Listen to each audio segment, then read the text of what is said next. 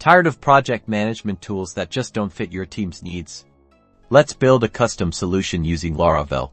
In this video, we're diving deep into creating a project management application from scratch, leveraging the power and elegance of the Laravel PHP framework. First up, we'll design our database. Think about tables for projects, users, tasks, and comments, establishing relationships between them to ensure data integrity. Next, we'll implement robust user authentication using Laravel's built-in features. This includes registration, login, and role-based access control, allowing different users to have specific permissions within the application. Now, let's tackle task management. We'll create functionalities for creating, assigning, updating, and deleting tasks.